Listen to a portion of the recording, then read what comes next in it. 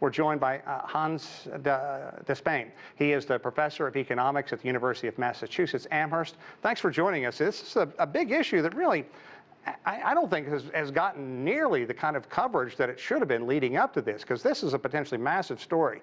And I guess the big question, how did we get to this point if you're talking about $540 million a day and all the ports on the east and as well as the busy Gulf coasts?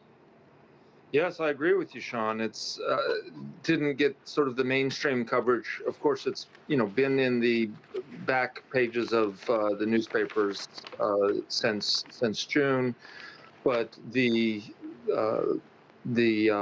International Longshore Shoremen Association have definitely dug their heels in on wanting an increase in pay, health care, and then also restrictions on automation. That's going to be a biggie. So tell us how a strike at these U.S. ports could impact the national economy, especially in terms of supply chains, consumer prices as well, because it seems like the U.S. just got its economy chugging along in the right direction, and a week-long strike, for example, could cost the country $4 billion with a B dollars. And as we mentioned, it's the first time in nearly half a century that these longshoremen say they're going to walk off the job. That's right. They have not walked off the job since 1977, so 47 years, as you said, almost 50 years. It would be massive, and very likely in a fairly short period of time, we would see prices go up. Maybe if it lasted a month or two, that would have significant effects on inflation again. However, the companies have anticipated this, and so there's been a lot of shipping that has been going on since June, in anticipating that the contract wouldn't be settled by the October 1st date. So hopefully it will be less damage than otherwise, and hopefully it will be solved fairly quickly. Well, I think anybody now being brought up to speed, they have to be wondering, are we at the point where people in the U.S. should be stockpiling up on non-perishables, toilet paper, things of that nature? And also, if you have a non-electric vehicle, should you be filling it full of gasoline? And talk about the industry goods that would be affected, I guess, in the greatest capacity by a prolonged strike. Well, it's going to be a lot of different industries, obviously, a lot of retail, Walmart, specific stores would be, so retail for sure, energy, automobiles, tires, so on and so forth. Walmart, IKEA, Home Depot, Amazon are going to be the companies that would be directly affected. I'm hopeful that USMX will, the organization that represents the shipping companies, will settle this.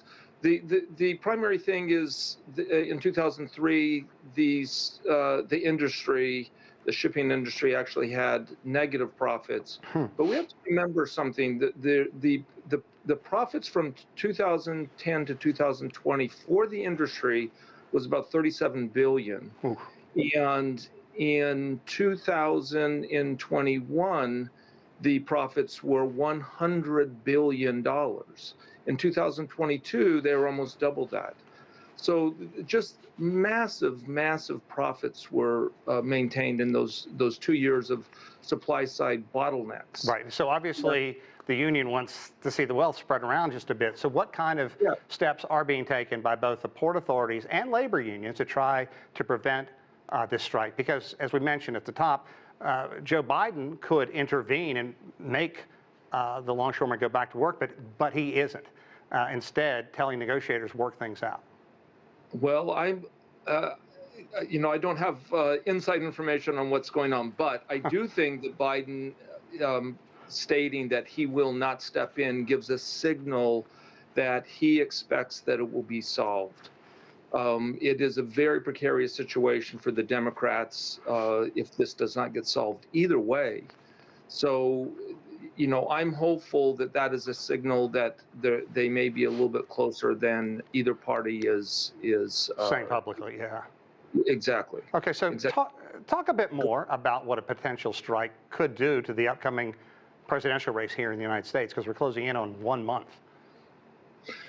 Well, the Longshoremen Association has made no bones about it.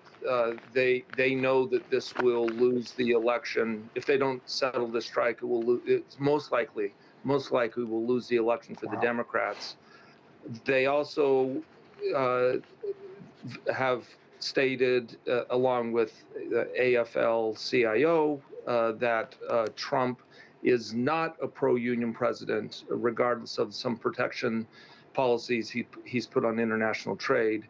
So I think they very much would prefer the Democrats, but if this doesn't get solved, they're willing to sacrifice the election. I personally think that if this is not solved quickly, it would necessarily mean a Trump election.